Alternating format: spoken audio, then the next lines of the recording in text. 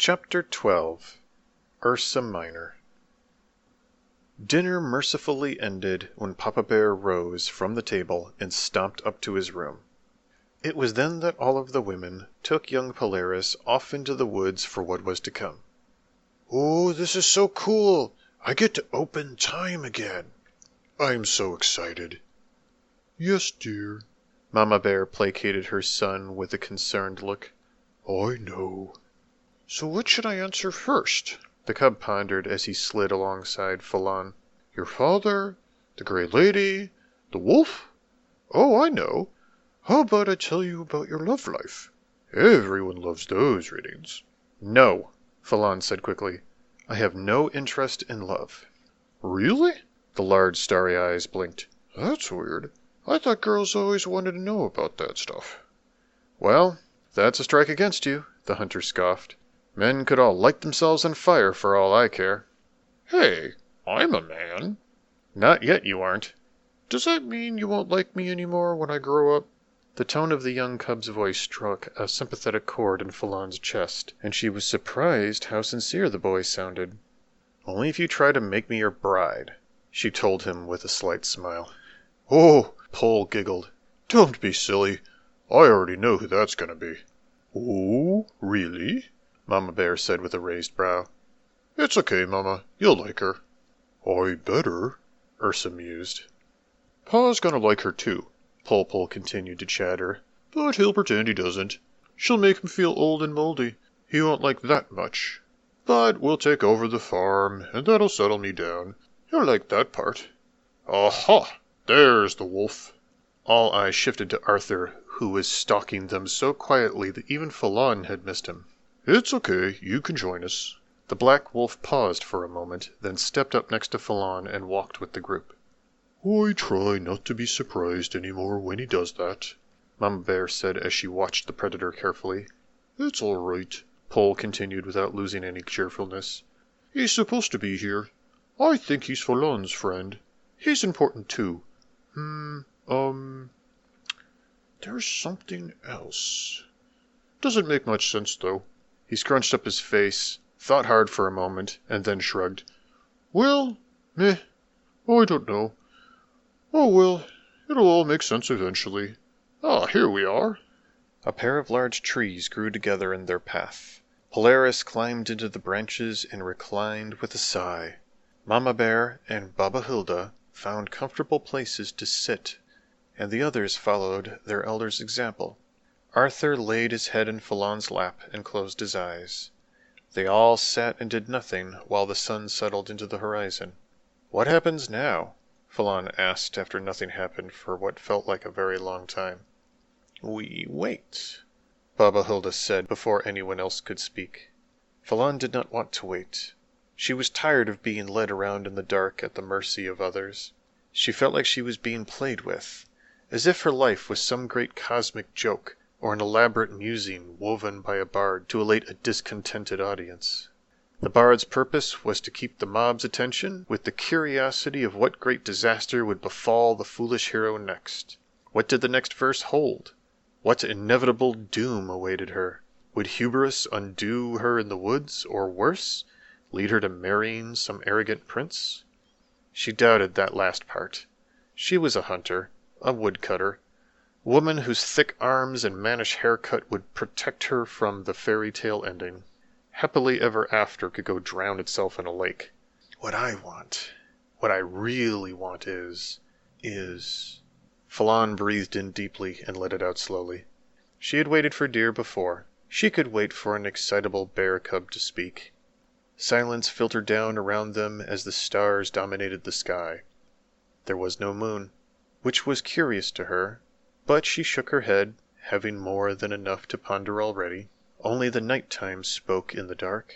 A cool breeze passed by, bringing an unusual chill to midsummer. Falon tugged her red cloak around herself, impressed by the warmth of Baba Hilda's gift. "It hears questions," Polaris suddenly spoke in a voice that seemed to echo with the simultaneous vocalizations of a dozen others. The younger women sat up suddenly. Their elders did not move. Questions from the questing ones who have come to you this night. Baba Hilda spoke with the rhyme of ritual. What words do you have? What path should the quest-goers take? Questers, questioners, inquisitors. All paths lead to the future. Some good, some bad, all difficult. Questers, questioners, inquisitors. All paths lead to the future. Some good, some bad, all difficult. The voices varied high, low, powerful, and emotionally drained. Something in them forced Falon to lean forward and strain in order to not miss any of what was said. Where do I go? She finally called out, needing to hear him speak more.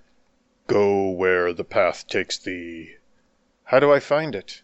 It finds the traveler. Falon clenched her jaw. She was no good at these types of games. Tell me how to fix my love. Cynthia spoke up when the hunter hesitated. Thine love is pure, but thine body is not. How do I fix my body? To fix thine body, seek the wise old baker. To fix thine heart, seek thy true love. I don't need to fix my heart. I know who I love. A shift occurred in the voices as they began to sing.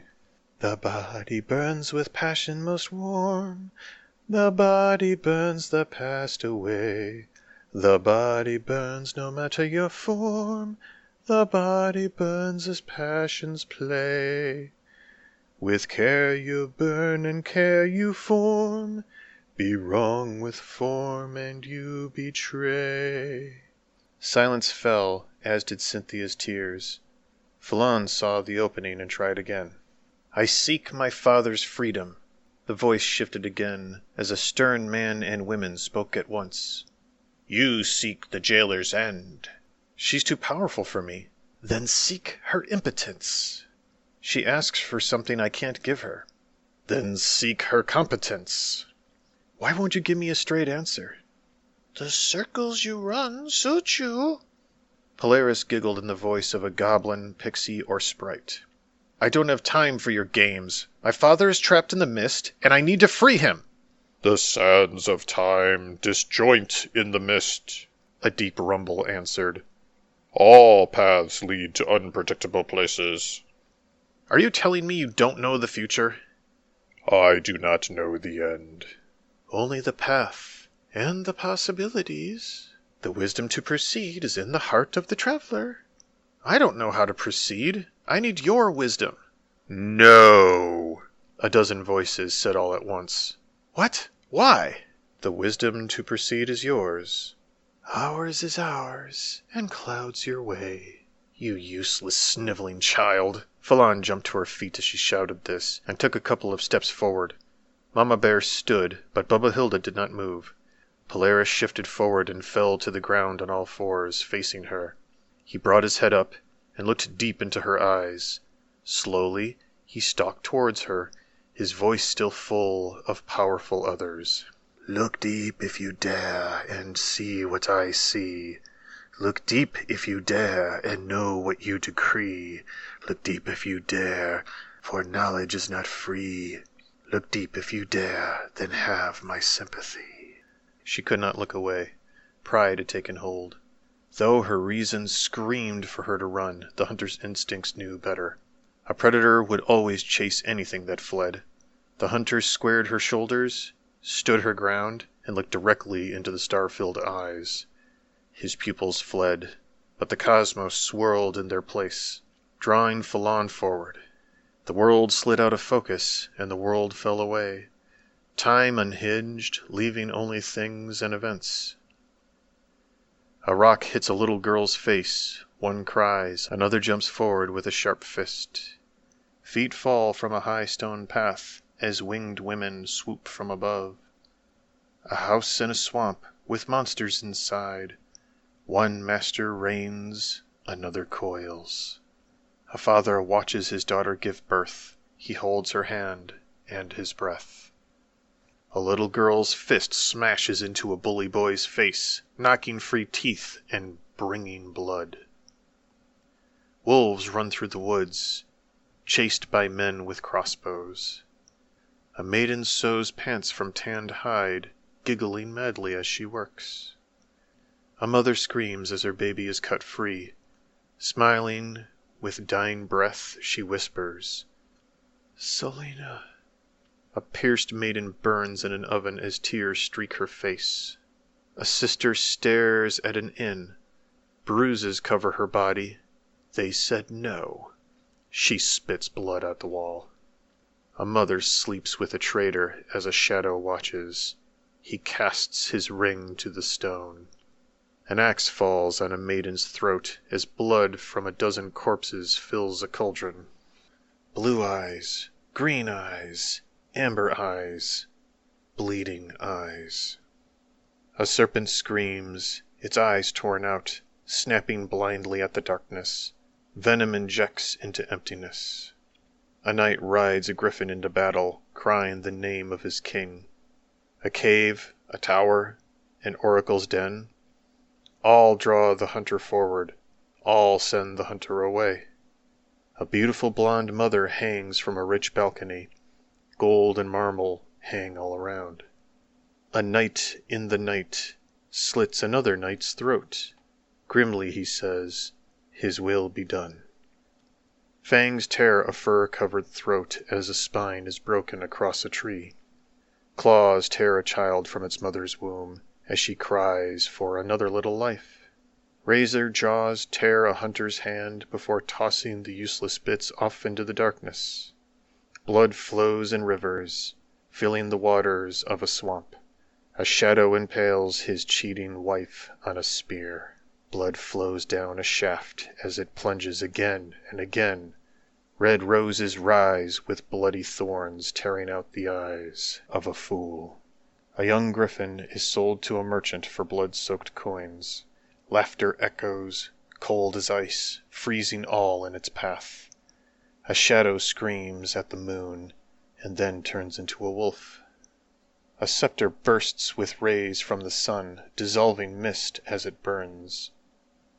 A beaten maiden bleeds venom, raises an axe, and then brings it down with bloody resolve. Wolves mate in the heat of the night. Their voices lift to the moon in praise.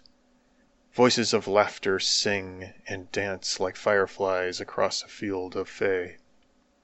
Lights dance and voices sing, all in praise of their fairy queen.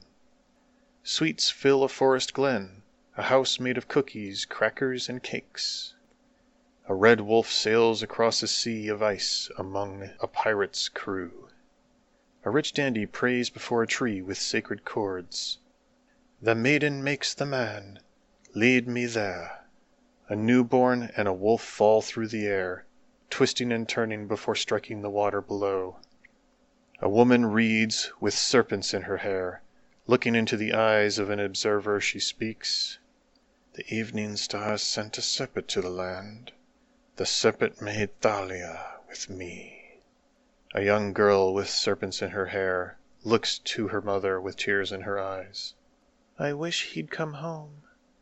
A seven-headed dragon guards the world. Fire bursts into breath.